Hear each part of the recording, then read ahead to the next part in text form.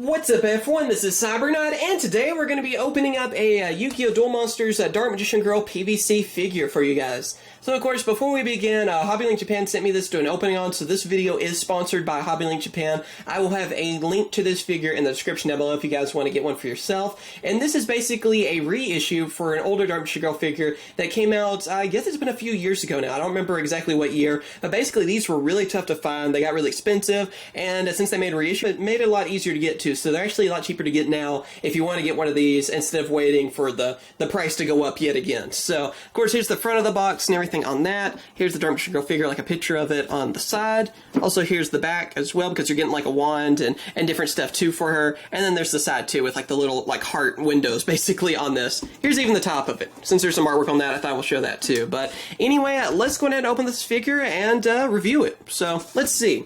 As always, gotta be very careful with the boxes on these. I like to try to keep the boxes, but that's always really fun, especially since I am moving soon. Yeah, I have a lot of boxes to move. I'm becoming a hoarder, I think, if I'm not mistaken.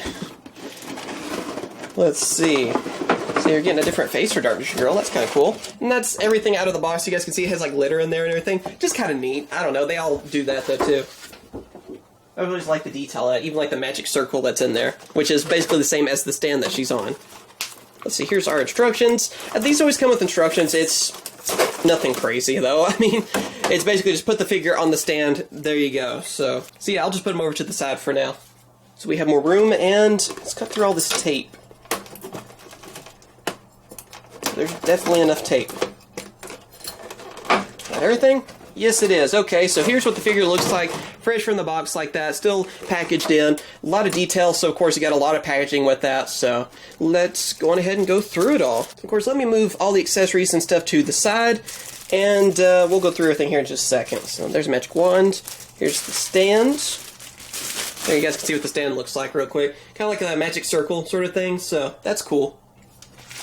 Just like the other one, too. I mean, I think all the Dark Magician Girl figures basically have a stand that looks almost exactly like that. Then, more packaging. So, evidently her hat comes off. But yeah, here's the figure herself, right out of the packaging and everything, so I still gotta get through all this plastic. But let me just assemble everything, and then I'll show you guys what the figure looks like. Alright, so here's what the Dark Magician Girl figure looks like out of the packaging and everything. So, first off, as you guys can see, I mean, it's a really easy setup. Basically, with her, she has like a magic wand you put in her hands, which breaks apart just like the other ones, so it's a lot easier just to put in her hands like that. So it's exactly the same kind of idea as the previous Dark Magician Girl figures, and even Dark Magician, where they just kind of, you know, break apart and then slide it in their hands and you put it back together. So, that's really simple to do. Also, she just actually sits on the stand. Like, you know, there's nothing connected her to it. She just sits there. So that's easy too. You don't have to worry about anything like that. And also, her hat does come off for this figure. So it's just held there by like a peg. Basically, it's not like a magnetic one, like how the movie Dark Magician Girl and even like Apple Magician Girl and Lemon Magician Girl, like they actually had it where there was like a magnet in there. This one's slightly different. So I guess you do have a few more poses where basically you can have her with or without the hat. But other than that, you even have another face you can go with. So you have that kind of option, which, man, this looks actually kind of creepy, like this. Yeah, I'll show you what it looks like here in a second, though, actually, on the figure. You just hold, like, that's always that way with these figures. It's always so creepy if you have, like, different hands and faces. Otherwise, that always kind of, you know, it's just kind of creepy to me, especially with that lighting. But anyway, with this, it's just like the other statues I've talked about in the past. You have a lot of detail with them, but of course, you don't have any poses. I mean, basically, with this figure, you have the two different faces, and you have with or without the hat. That's pretty much it. I guess you could also get rid of the magic wand if you want to, but it'd look kind of weird without that because she's actually has her hands ready to hold that. So that's the only difference. So, of course, here's kind of a 360 look of the figure and everything, too. I'll go through, you know, and switch out the face and stuff so you guys can see what they all look like. But yeah, basically, this figure is just like the other Dark Magician Girl figures, just different pose with this. I mean, it's really good that they reissued this because I remember this figure was like, I think the first Dark Magician Girl figure, or one of the first ones that actually came out. So, since it's been a while since it was actually made, it was really pricey there for a while. So, with it being reissued and everything, that does make it a lot cheaper to get, so I am glad they remade it for that reason. But again, it is another Dark Magician Girl figure, so you guys know what I'm already going to say, where basically is, this is like the 5th or 6th different Dark Magician Girl figure that we've seen. I understand why they make them. I mean, for obvious reasons, we know why. There's nothing mysterious about that. We know why.